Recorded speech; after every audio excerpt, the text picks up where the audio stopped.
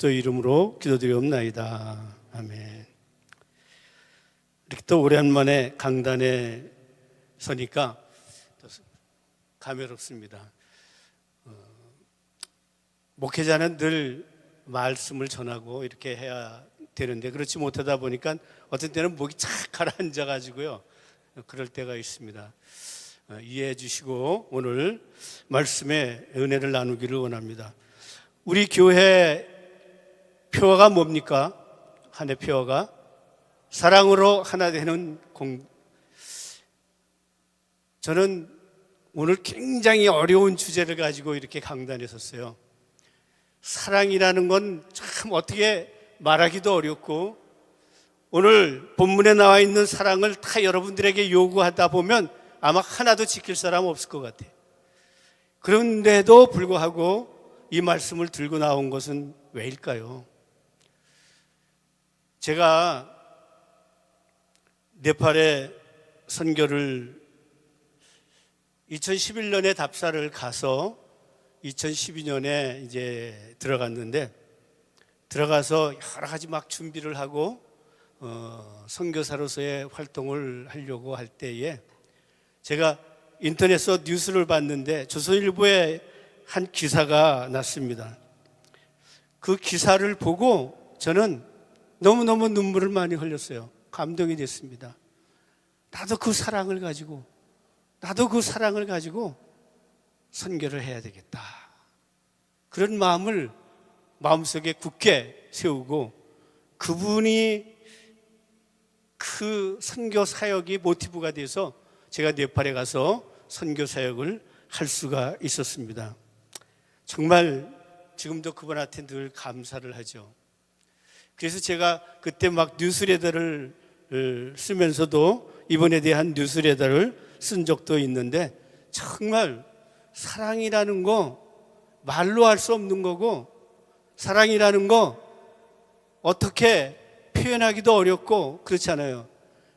뭐 국어사전을 봐도 그렇고 철학자들이 전개하는 걸 봐도 그렇고 말이 어렵습니다. 뭐 사랑은 존재 욕구, 소유 욕구, 행복 욕구, 발전 욕구, 뭐 이런 것들을 귀중히 여기며 그거를 헌신하며 나타내는 거다 이런데, 이게 무슨 말인지 이해도 안 되잖아요. 무슨 말인지 이해도 안 돼요. 사랑이라는 말을 한마디로 정의할 수가 없고, 사랑이라는 말을 여러 가지 말로 아무리 미사역을 붙여서 또 형용사를 붙여서 설명한다 할지라도 설명할 수가 없는 게 사랑이에요. 특별히 오늘 고린도 전서에 나오는 이 사랑은 아가페의 사랑이잖아요. 이 사랑을 무엇으로 표현할 수 있겠습니까? 저는 십자가만이 표현할 수 있다고 보는 거예요. 예수 그리스도께서 나를 위해서 십자가에 달리시기까지, 죽기까지 나를 사랑해 주셔서 십자가로 말미암아 나를 구속의 은혜로 하나님의 자녀로 삼아 주셨잖아요. 그 사랑의 은혜, 십자가만이 설명을 할 수 있는 사랑이에요. 아가페 사랑. 성경에 나오는 사랑은 네 가지가 있어요. 필레오의 사랑, 필레아의 사랑. 이것은 우정의 사랑이라고 그러잖아요. 우정의 사랑. 예수님이 베드로에게 물었잖아요. 네가 나를 사랑하느냐? 네가 나를 사랑하느냐?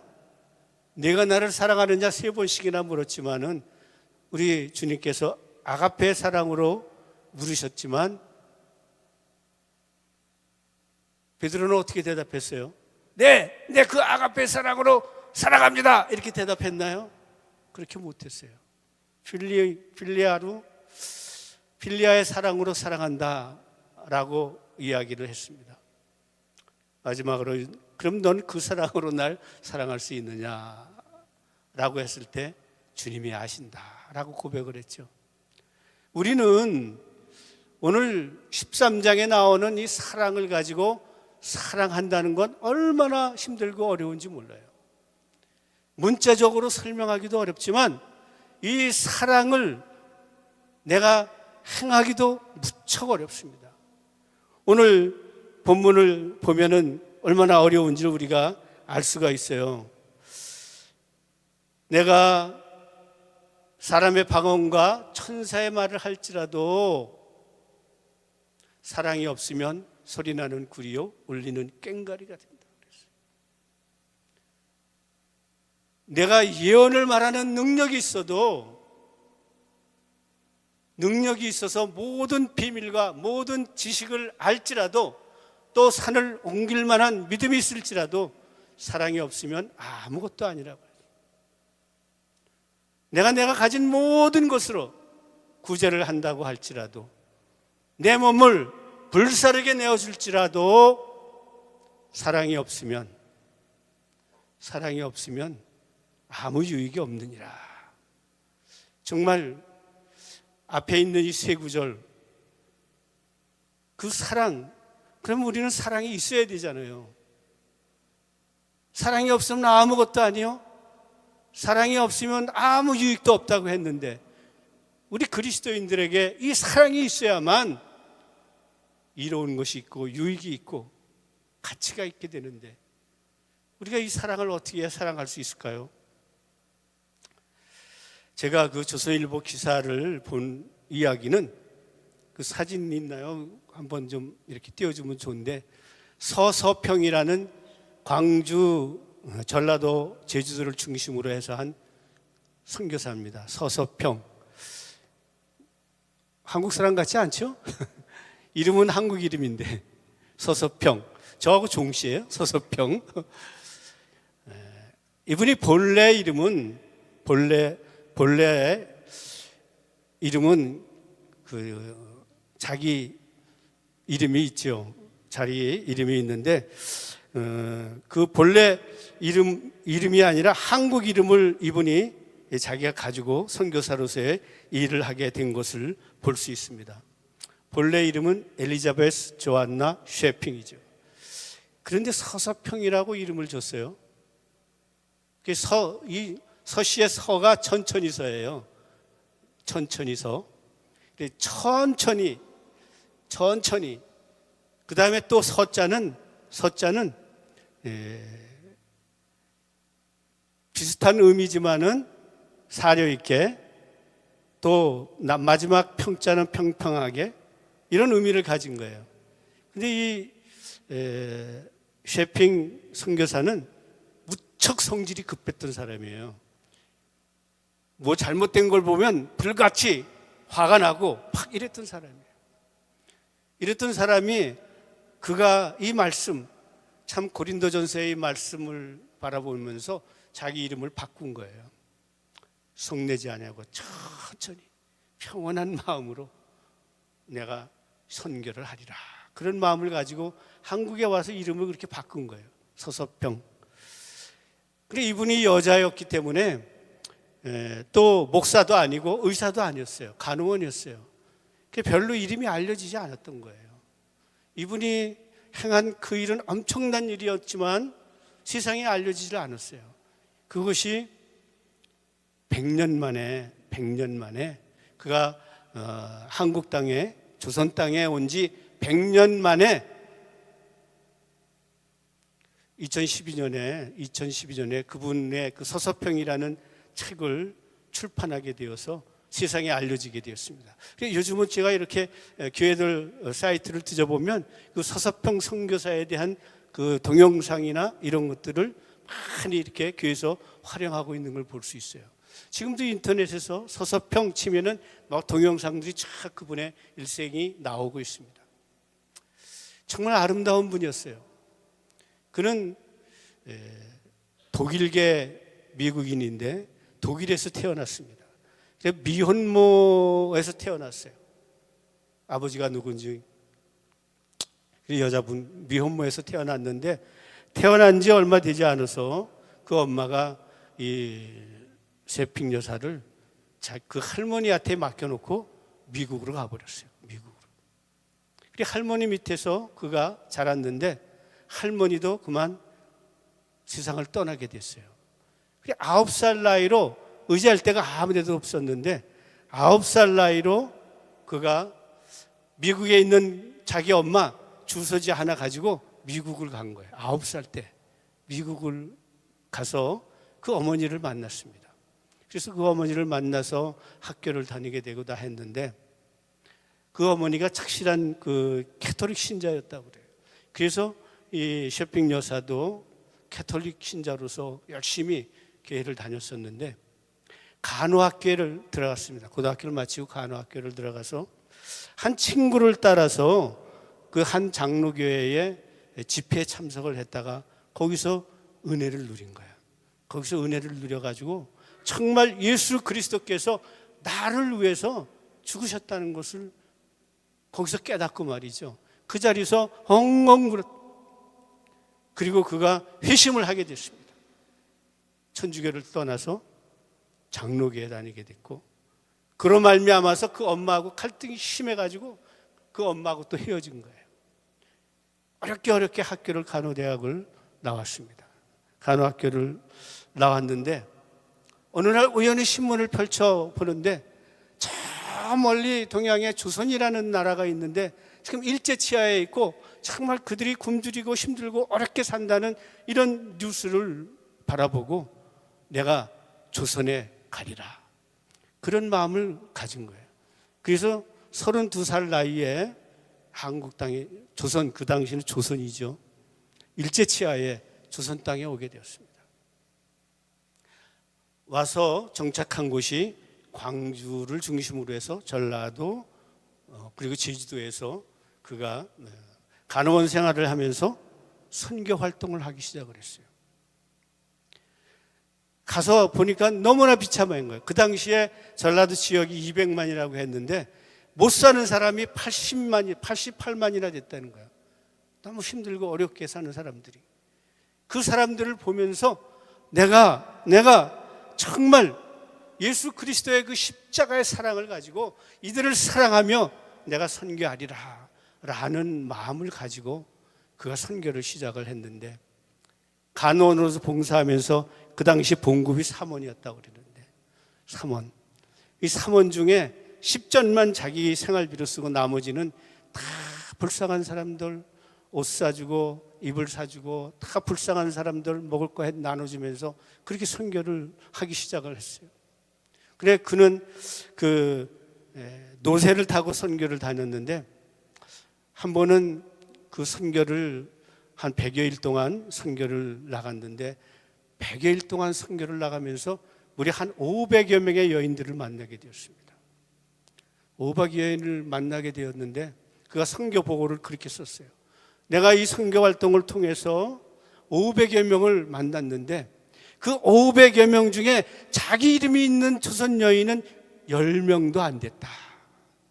다 이름이 무슨 이쁜이 무슨 이름이 없으니까 그냥 돼지 엄마 여러 가지 그런 이름으로 불렸고 자기 이름을 가진 사람이 불과 10명도 안 됐다는 거예요. 그뿐만 아니라 남편에게 소방맞은 사람, 애 못 낳아서 쫓겨난 사람, 이런 여인들이 얼마나 많은지 그들을 위해서 그는 선교하기로 작정을 하고 열심히 선교 활동을 하면서 자기의 모든 것을 내는 거예요. 이 고린도 전서에 나오는 이 사랑을 몸으로 실천하면서 그는 살았습니다. 정말 대단한 것이죠. 그래서 자기의 있는 모든 것 다 나눠줘 가면서 살고, 나는 미국 사람이 아니다, 독일인이 아니다, 나는 조선 사람이야 라고 생각을 하고 이름도 서서평으로 바꾸고, 그리고 옷도 서양 옷을 안 입고 치마저고리, 무명 치마저고리 입고, 고무신은 여자 고무신이 너무 작아서 이 사람이 키가 크고 발이 컸던 것 같아. 그래서 남자 고무신 신고 그렇게 노새를 타고 다니면서 전도를 하고 걸어다니면서 전도를 하고, 그렇게 전도를 하다가 미국에 올 때가 32살이었었는데 1912년이죠. 1912년 조선 땅에 와서 선교를 시작하고 22년 만에 54세에 그는 풍토병으로 해서 저 세상을 떠났습니다. 그가 떠날 때 많은 광주에 있는 사람들이 어머니 어머니 하면서 통곡을 하고 그렇지만은 그는 목사도 아니요 의사도 아니요 그냥 간호원이었고, 그래서 세상 사람들에게 알려지지 않아요. 더더군다나 여자이기 때문에 알려지지 않고 그렇게 묻혀버릴 수밖에 없었던 한 선교사였는데 그 이름이 100년 만에, 그가 이 조선 땅에 온 지 100년 만에 그 이름이 드러나게 돼서 말이죠. 지금은 광주 일남동에 조그마한 그의 묘소가 있고 말이죠. 많은 사람들이 거기를 찾는다고 그래요. 정말 자기의 모든 것을 내주고 그랬던 사람이죠. 그 일제의 억압이 심각한 그때에 이제는 한국말로 가르치지 말고 다 일본말로 가르치라고 막 난리를 쳐서 이게 일본어도 배워가면서 그 성도들을 가르치고 이렇게 하는 와중에 특별히 그 중에 그 나병 환자들이 많았던 것 같아요. 나병 환자들이 굉장히 많았는데 그들에 대한 대책이 아무것도 없고 너무나 그들을 자기 집에 데려다가 치료해주고 이러는 가운데 그가 말이죠, 항의하기 위해서 조선 총독부에 올라가기 위해서 스트라이크처럼 말이죠, 이 문둥병 환자들을 다 모이게 했는데 한 500여 명이 모였다고 그래요. 500여 명이 모여서 그 500여 명이 걸어서 조선 총독부까지 가서 데모를 했다는 거예요. 그래가지고 조선 총독부에서 소록도에 이 흰센 황자, 이 나병 환자들을 위한 병원을 세우게 된 게, 그래서 소록도에 나병 환자 병원이 세워지게 됐다는 거예요. 저는 이런 이야기를 보면서 얼마나 한 여인, 그는 평생 독신으로 살았어요. 그러다가 22년 동안 조선인으로 살았던 이 선교사였어요. 이 선교사의 그 일생을 제가 이렇게 참 글로 동영상으로 보면서 제가 눈물을 많이 흘렸습니다.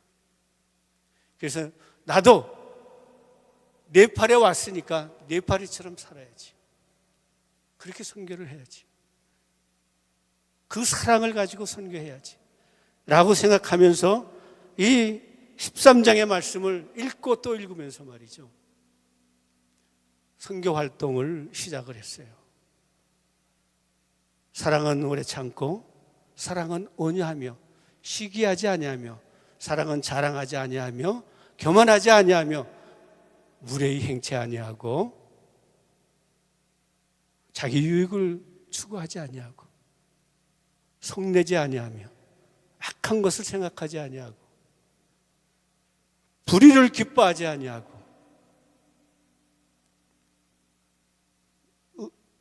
진리를 함께 기뻐하며, 모든 것을 참으며, 모든 것을 믿으며, 모든 것을 바라며, 모든 것을 견디느니라. 정말 주옥 같은 말씀이잖아요. 어떤 어려움도 견뎌내면서 그들과 함께 해야 되겠다라는 그런 생각을 하게 됐어요. 그래서 제가 네팔에 그 당시에 가보니까 아니 젊은 사람들이 많더라고요. 그 당시에는 나이 많은 사람이 별로 없었어요. 젊은 사람들이 해가지고 나보고 아니 조용히 목회나 하고 다시 뭐하러 왔어요? 네팔에는 뭐하러 왔어요? 라면서 협조를 잘 안 해주더라고요. 그렇게 협조를 잘 안 해줘. 그래서 제가 기도하는 가운데 나는 목회를 한 사람인데 어떤 어려움도 견딜 수 있는데 뭐 당신들이 협조 안 한다고 해서 내가 못할 거 아니지. 그런 마음을 가지고 했는데 보니까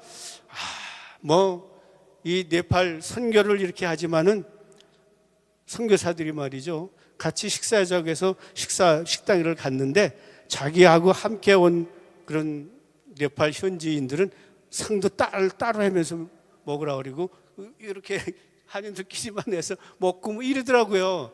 내가 그걸 보고 이게 뭐야? 이런 생각을 했어요. 아니 그들과 함께 선교를 하려면 그들을 섬겨야 되는데, 그들을 사랑해야 되는데 밥 먹는 것도 차별하고 말이에요. 마치 무슨 뭐처럼. 그런 선교의 모습을 보면서 나는 저들과 함께 해야 되겠다 하는 생각을 했어요. 그래 그들과 함께 걸어다니고 그들과 함께 먹고 그들과 함께 자면서 선교를 하면서 이들에게 사랑을 가르쳐야 되겠다, 십자가의 사랑을 가르쳐야 되겠다라고 생각을 했어요. 그래서 거기에 뭐 시각장애인을 위한 센터라고 조그맣게 있고 세 방을 얻어서 있었는데 거기다 내가 십자가를 걸었어요. 십자가를 걸고 내가 매일 거기에 무릎 꿇고 기도하면서 예수 그리스도의 나를 위한 그 사랑 내 몸에 담게 해 주시옵소서 하면서 기도하면서 전도를 하기 시작을 했는데 한 명, 두 명 사람들이 오기 시작을 했습니다. 그들에게 다른 거 뭐 다 가르칠 게 없었어요. 예수 그리스도가 당신을 위해서 십자가에 달리셨습니다. 그러므로 말미암아 당신은 이제는 죄로부터 자유한 자가 되었습니다. 네팔은 계급사회잖아요. 그 당시에 교회에 올 수 있는 사람들은 평민계급 아니면 노예계급 사람들이에요. 그런 사람들이 오죠. 이 군인계급 또 브라만 계급 이런 사람들은 오질 않아요. 그 사람들은 하루 먹고 사는 일이 급한 사람들이에요.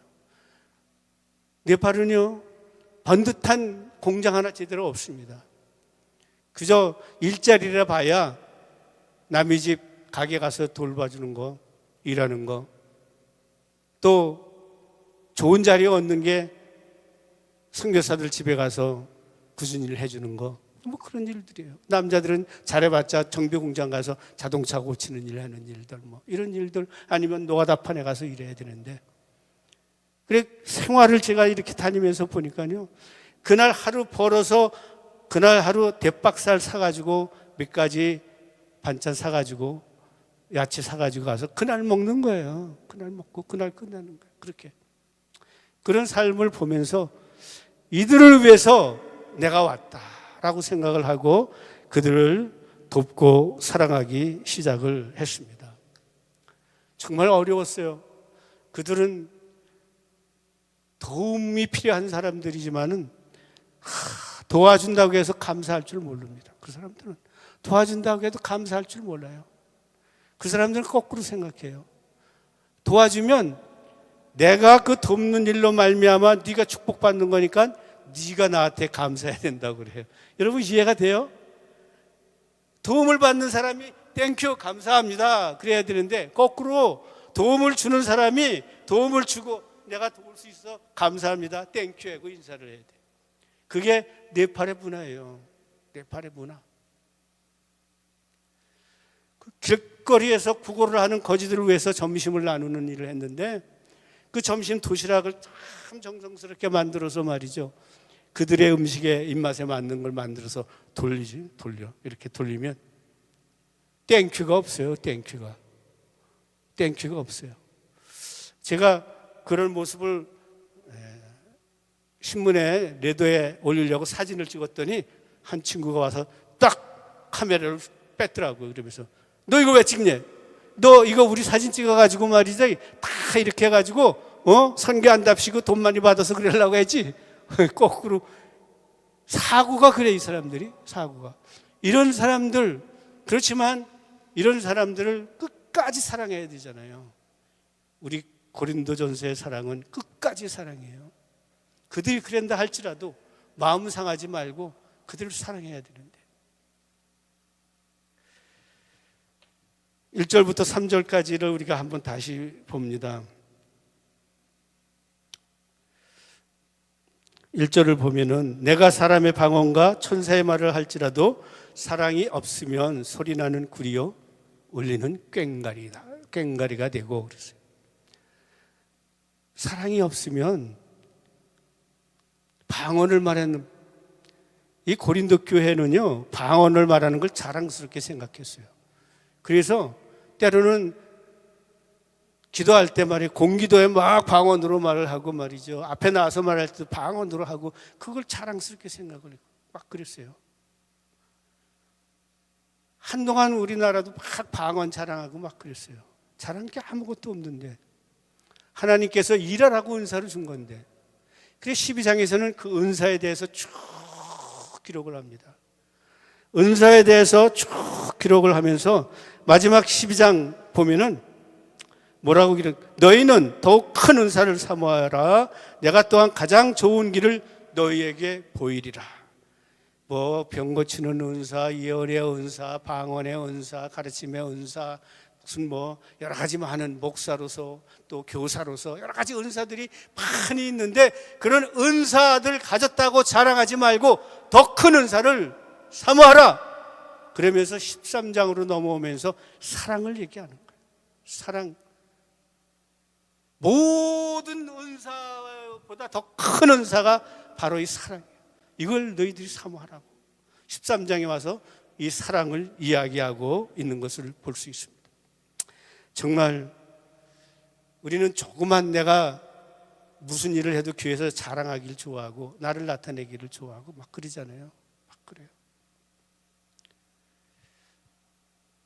내가 원로 목사로 되어 있지만 와서도 내가 조용히 보면 교회 와서 그냥 뭐 불 뽑고 뭐 하는 거 아무 소리 없이 봉사해요. 아무 소리 없이 봉사하는 일이 중요한 거예요. 내가 이거 했어 하면서 말이죠. 자랑하는 게 오늘 교회 안에 있는 모습들이에요. 바울은 이런 것들을 지적해 주는 것이죠. 교회 안에서는 천사예요. 아유 집사님 사랑해요.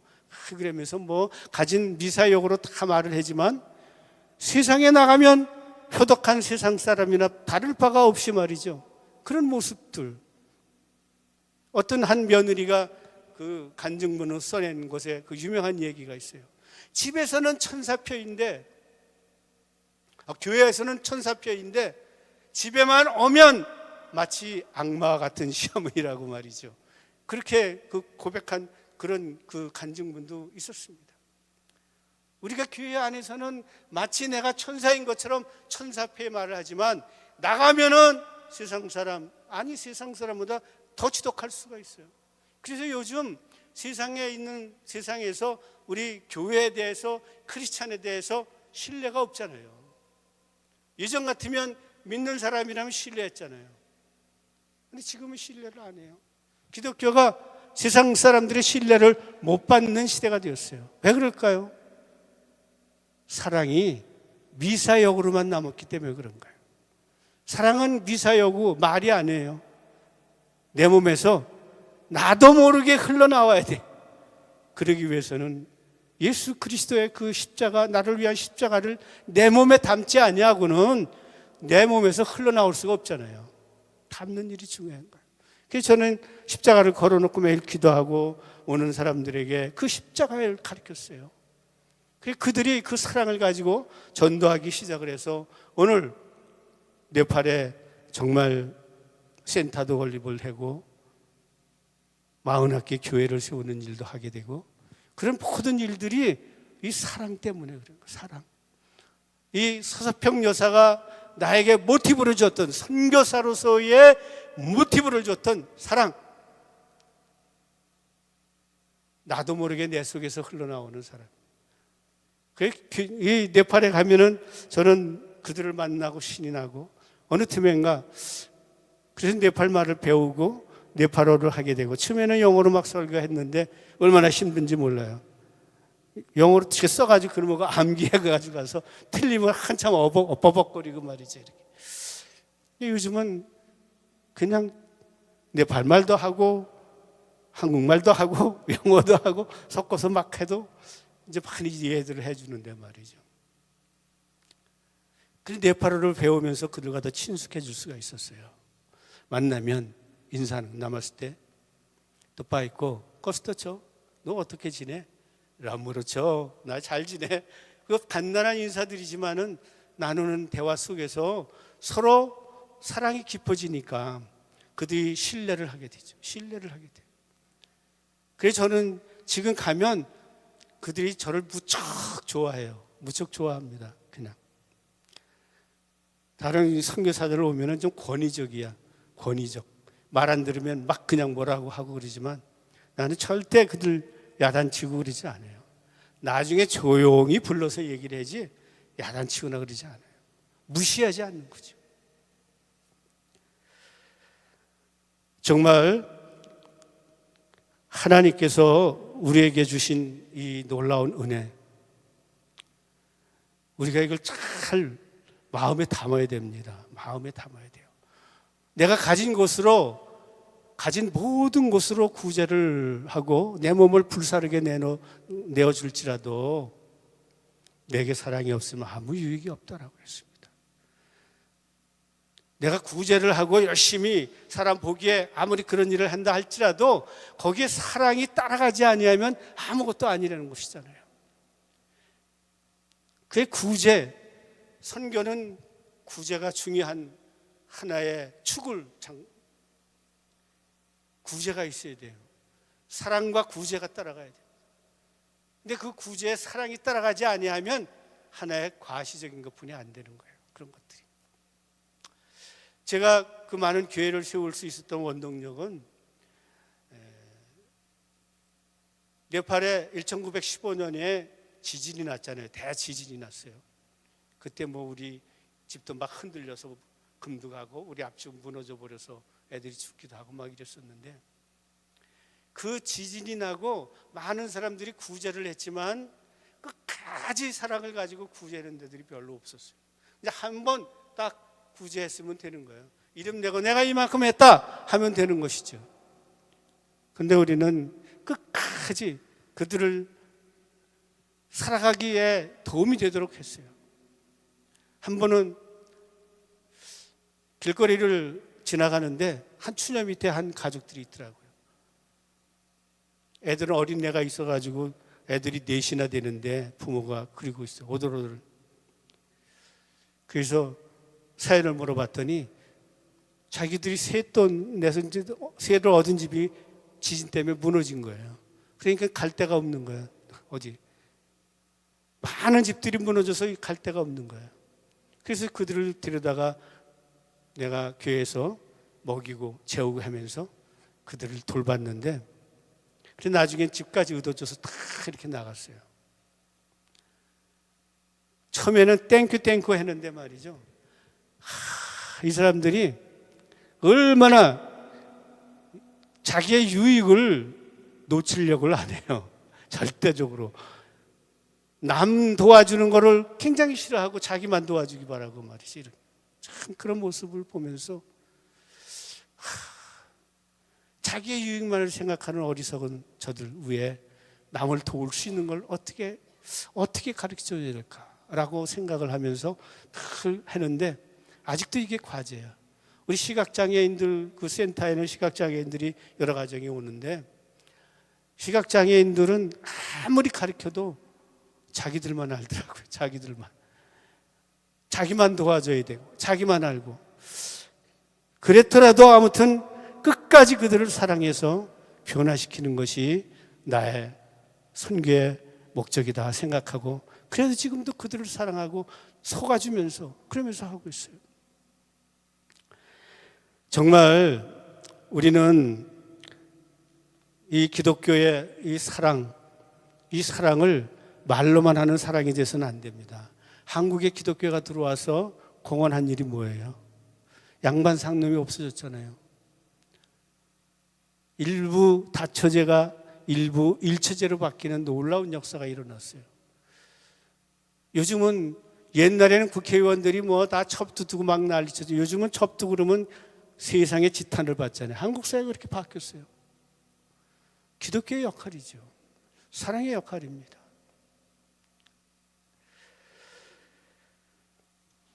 그래서 그들을 십자가 밑에 불러모으고 사랑을 가르치면서 저는 정말 그 사랑을 끝까지 해야 되겠다라고 하지만, 그래도 내 마음속에서는 어느 때는 화가 막 날 때가 있어요. 속내지 말아야 되는데 화가 나면 그냥 그렇게 했는데도, 그렇게 도와주고 그렇게 사랑을 나눴는데도 자기만 알고 남을 도울 줄 모르고 남한테 하나만 더 가도 난리가 나고 말이죠. 이런 모습을 보면서 말이죠, 참 마음이 많이 아팠어요. 그러면서도 그들을 책망하기보다 끝까지 내가 더 큰 사랑을 해야지 라는 마음을 가지고 사랑을 하고 있습니다. 참 사랑이 너무 우리가 행하기가 힘들고 어려운 것들이지만, 그러나 그 사랑이라는 것은 말이죠, 우리가 행할 때에 나도 모르는 기쁨이 있더라고요. 기쁨이 있고, 어느 틈엔가 나도 모르게 사랑을 설명하고 할 필요 없이 나도 모르게 내 말에서, 내 몸에서 그 사랑이 흘러나오는 거예요. 그게 고린도 전서 13장에서 말하는 사랑이란 말이죠. 아가페 사랑이에요. 내가 하려고 그 사랑을 하려고 해서 그 사랑이 나오는 게 아니에요. 나도 모르게 내 속에서 물 흐르듯 나오는 것이죠, 사랑이. 그 사랑 가지고 제가 네팔에 가서 선교를 하고 그 사랑 가지고 하려고 노력을 해요. 어떤 때는 그렇지 못할 때도 너무 많이 있을 때는 제가 딱 눈물로 회개하며 십자가 앞에 무릎을 꿇고 기도합니다. 내 마음 변치 않게 해주세요. 내 마음 세상에 뺏기지 않게 해주세요. 세상의 욕심에 내가 뺏기지 않게 해주세요. 그렇게 기도를 해도 얼마나 많이 뺏길 때가 많이 있는지 몰라요. 여러분 안 그래요? 여러분들이 솔직히 고린도 전서 13장에 있는 이 사랑을 다 실천할 수 있습니까? 자신할 수 있는 사람은 없을 거예요.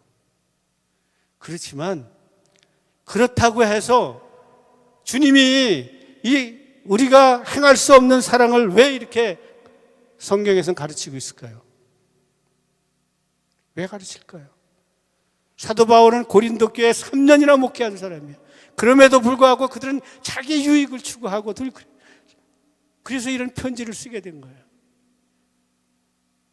예수를 믿는 우리지만은 그의 사랑을 얘기하지만 그 사랑이 입술로만 아는 사랑, 말로만 아는 사랑, 천사패와 같은 모습으로만 아는 사랑이기 때문에 문제가 되는 것이잖아요.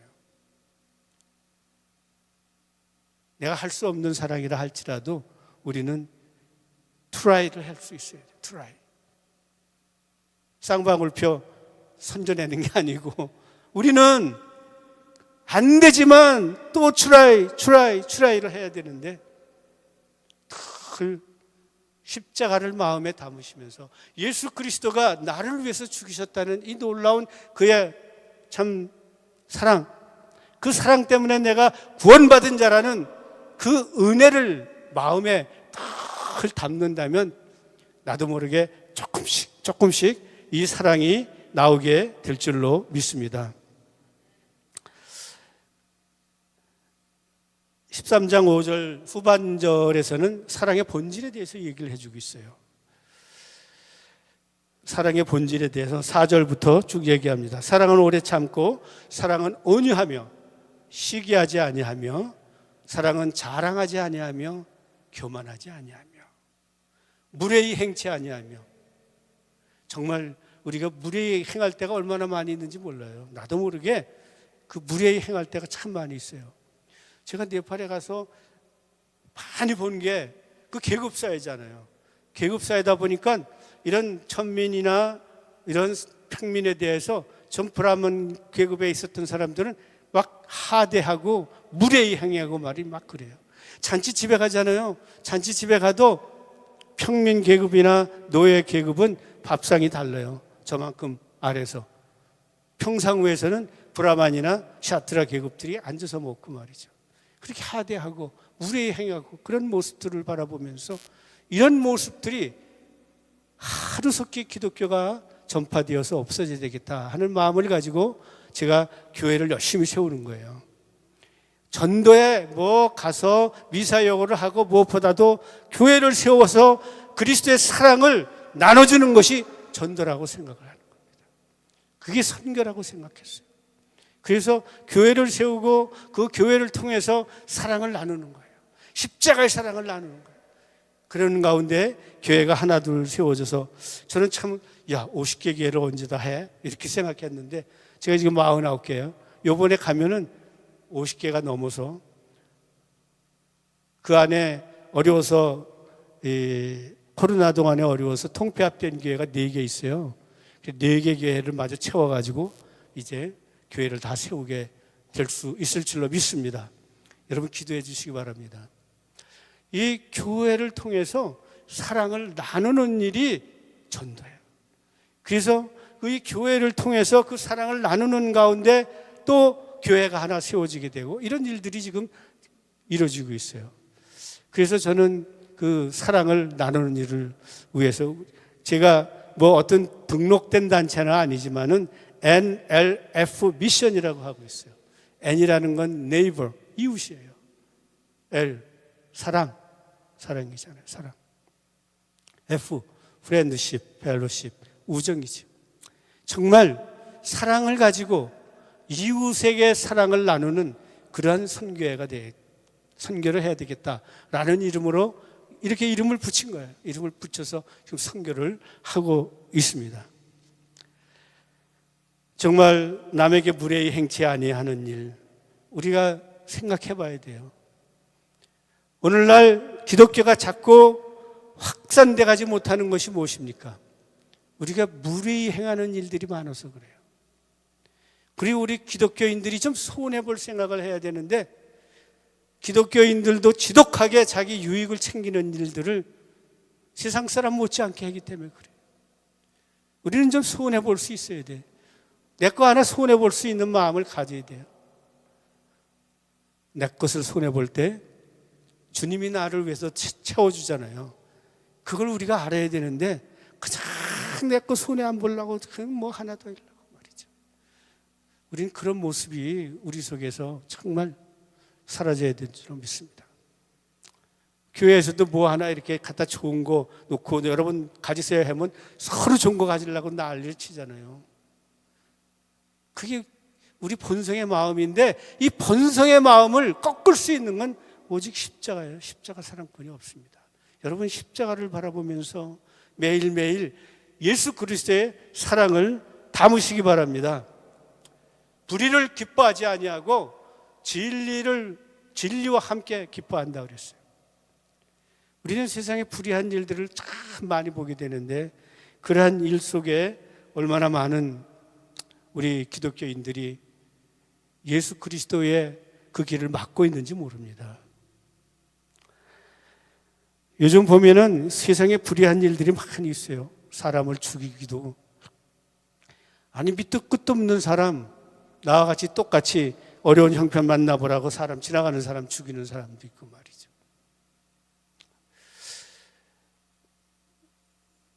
며칠 전에는 동영상을 하나 봤는데, 이 세 어린이가 그 남이 지하 주차장 조그만 창고에서 몰래 이렇게 애들 있는 모습이, 그래서 그걸 쭉 봤는데, 아버지 되는 사람은 바람나서 딴 여자하고 살고, 어머니는 돈 벌러 나간다고 나가고, 곧 온다고 해는 엄마가 오지 아니해서 이 아이들 3명이서 그렇게 지내는 모습인데, 아버지한테 찾아가면은 돈 몇 푼 주고 걔도 거들떠도 안 보고, 그냥 그런 모습들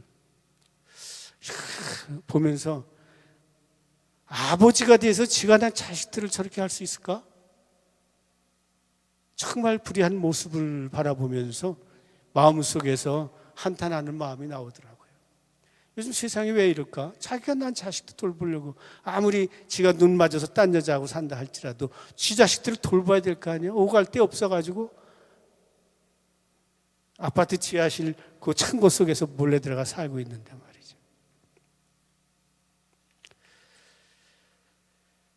우리는 크리스찬으로서 참 무례히 행치 않는 일, 불의를 행치 않는 일이 매우 중요하다고 생각을 합니다.